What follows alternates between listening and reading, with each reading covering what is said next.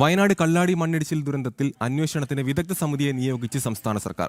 5 അംഗ സമിതി മണ്ണിടിച്ചിലിന്റെ കാരണങ്ങൾ അന്വേഷിക്കും. കരാർ വ്യവസ്ഥ ലംഘിച്ചിട്ടുണ്ടോ എന്നും സംഘം പരിശോധിക്കും. അതേസമയം കാണാതായ ഹിമാചൽ പ്രദേശ് സ്വദേശി വിക്രം റാണയ്ക്കായി തെരച്ചിൽ തുടരുകയാണ്. സോൺ 1, 2 മേഖലകൾ കേന്ദ്രീകരിച്ചാണ് തെരച്ചിൽ നടക്കുന്നത്. മണ്ണിടിച്ചിലിൽ 7 പേർക്കാണ് ജീവൻ നഷ്ടമായത്. വിവരങ്ങളുമായി രമ്യാദാസ് ചേർന്നു. രമ്യ, ഇന്നും തിരച്ചിൽ തുടരുകയാണ് എന്ന് തന്നെയാണ് മനസ്സിലാക്കുന്നത്. ഇപ്പോഴും ആ ഒരു സോണുകൾ തിരിച്ചുള്ള ആ ഒരു തെരച്ചിൽ പുരോഗമിക്കുകയല്ലേ? വിവരങ്ങൾ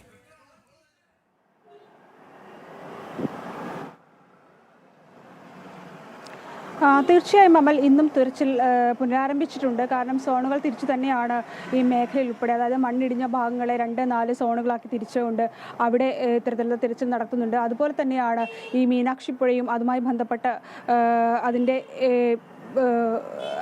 നീരൊഴുക്കുള്ള ഭാഗങ്ങളിലേക്കുമാണ് ഇത്തരത്തിൽ തിരച്ചിൽ. കാരണം ഇത്തരത്തിൽ മൃതദേഹം ഉൾപ്പെടെ അങ്ങോട്ട് ഒഴുകിയെത്തിയിട്ടുണ്ടോ, ഈ വലിയ തോതിലുള്ള മണ്ണും അതുപോലെ തന്നെ ചെളിയും അടിഞ്ഞു വന്നതിലുണ്ടോ എന്നുള്ള അറിയാൻ തന്നെയാണ് കഴിഞ്ഞ ദിവസങ്ങളിലെല്ലാം തന്നെ ആ ഭാഗങ്ങളിലെല്ലാം തന്നെ പരിശോധന നടത്തിയിരുന്നു.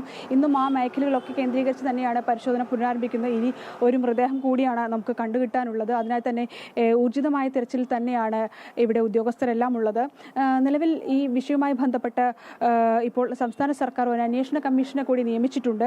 അതായത് 5 അംഗ സംഘത്തെയാണ് നിയമിച്ചിട്ടുള്ളത്. ഈ തുരങ്കത്തിൻ്റെ മുൻവശത്ത്, അതായത് തുരങ്കമുഖത്ത് നിന്നും മണ്ണിടിച്ചിൽ ഉണ്ടായിട്ടുണ്ട്. ഈ മണ്ണിടിച്ചിലിന് കാരണങ്ങൾ വിദഗ്ധ സംഘം അന്വേഷിക്കും. അതോടൊപ്പം തന്നെയാണ് ഈ കരാർ കമ്പനിക്ക് ഈ വിഷയത്തിൽ എന്തെങ്കിലും ലംഘനമുണ്ടായോ അല്ലെങ്കിൽ മറ്റെന്തെങ്കിലും കരാർ വ്യവസ്ഥകൾ എന്തെങ്കിലും ഈ കരാർ കമ്പനി ലംഘിച്ചിട്ടുണ്ടോ തുടങ്ങിയ കാര്യങ്ങളിലെല്ലാം തന്നെ ഈ വിദഗ്ധ സംഘം പരിശോധന നടത്തുമെന്ന് തന്നെയാണ് നമുക്ക് മനസ്സിലാക്കാൻ സാധിക്കുന്നത്. ഈ വനം പരിസ്ഥിതി മന്ത്രാലയത്തിൻ്റെ അനുമതിയോടുകൂടിയാണ് ഇത്തരത്തിലൊരു 5 അംഗ സംഘത്തെ നിയമിച്ചിട്ടുള്ളത്. ഇതിൽ ജിയോളജിസ്റ്റ് ആയിട്ടുള്ള ഡോക്ടർ CP രാജൻ ഉൾപ്പെടുന്ന 5 അംഗ സംഘമാണ് ഈ വിദഗ്ധ സമിതിയിൽ ഉൾപ്പെട്ടിട്ടുള്ളത്. അമൽ, വ്യക്തമാണ്. കോഴിക്കോട് നിന്ന് രമ്യാദാസാണ് വിവരങ്ങൾ പങ്കുവച്ചത്.